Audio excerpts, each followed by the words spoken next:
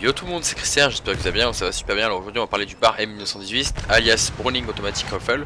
Donc c'est un fusil mitrailleur américain qui tire du 30-06 Springfield, donc c'est du 7,62 x 63 mm à peu près.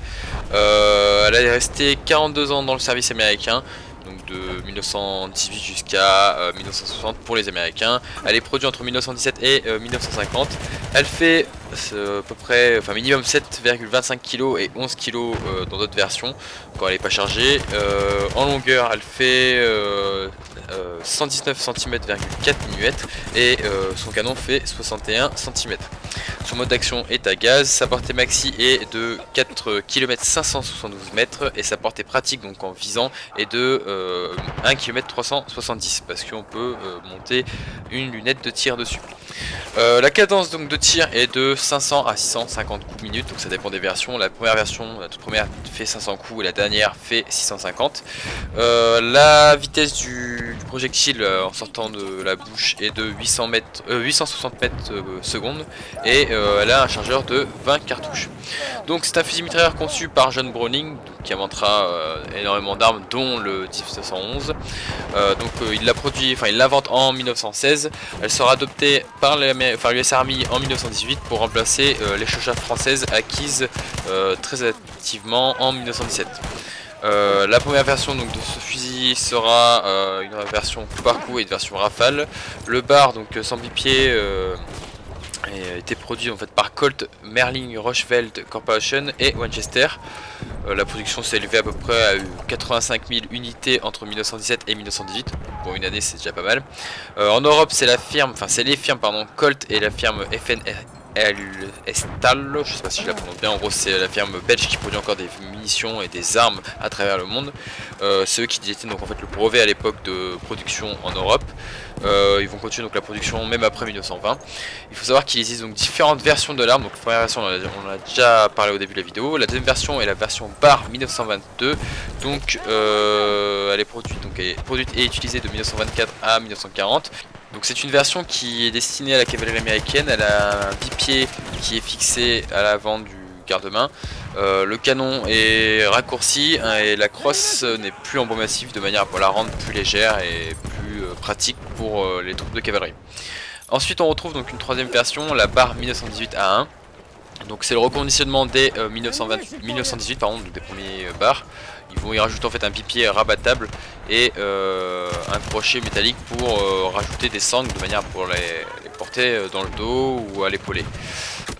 Ensuite on a la version du bar 1918A2 ou autrement appelée T34.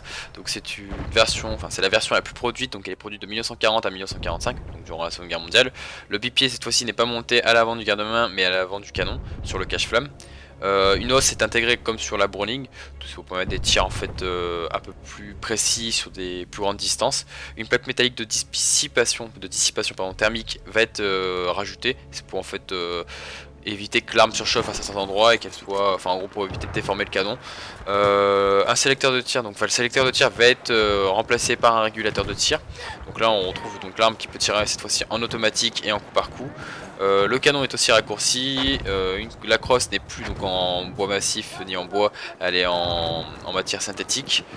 Et à la fin donc 1944, une poignée de transport fait son apparition juste au-dessus pour pouvoir la transporter tout en courant plus facilement. Alors il faut savoir qu'il y a deux autres versions, donc la version FM modèle 30, donc en 1923 FNR Airstal obtient la licence de production départ 1918, c'est ce que je disais au début de la vidéo. Elle va donc les modifier en FM30, donc ça va permettre de remplacer les Lewis de l'armée belge. Sa fabrication donc cessera en 1940 pour reprendre après la guerre jusqu'en 1960. Elle sera donc remplacée par des armes chambrées en 7,62 autant. Et il y a quelques petites modifications dont la crosse et l'aspect physique de l'arme. Ensuite il y a une autre version, donc c'est la dernière version de l'arme, c'est la version WZ28. Donc en 1928 FN Airstar lance en Pologne une nouvelle version du bar, donc WZ28. Sa crosse est différente une fois de plus, elle est plus légère, le modèle des pieds est différent et tout nouveau. Et ils inventent aussi sur cette version un nouveau canon donc, qui permet de faire des remplacements de canon rapides quand le canon surchauffe ou se déforme. Alors il faut savoir, petite anecdote, que la France emploiera donc des bars pendant la Seconde Guerre mondiale auprès des forces françaises libres, donc les forces françaises, enfin les soldats de Gaulle, et l'utilisera aussi donc pendant la guerre d'Indochine et la guerre d'Algérie. En petite culture, voilà, pop, enfin pop général, enfin populaire, tout ce que vous voulez. On retrouve donc l'arme dans des films tels que Il faut sauver Soldat Ryan, Tu ne tueras point. Côté jeux vidéo, on la retrouve évidemment dans Medal of Honor, on la retrouve dans énormément de Call of Duty qui sont passés par exemple pendant la Seconde Guerre mondiale, on la retrouve dans Battlefield 1, on la retrouve dans Heroes in General, enfin voilà, dans pas mal de jeux, pas mal de films. Et on la retrouve aussi dans une affiche donc du film La 317e section, donc c'est un film français qui est sorti pendant la guerre d'Indochine, il me semble, si je dis pas de conneries. Et sur l'affiche on voit donc Bruno Kremer, donc l'acteur principal, portant donc un bar sur l'épaule. En fait il le tient par le cache-flamme.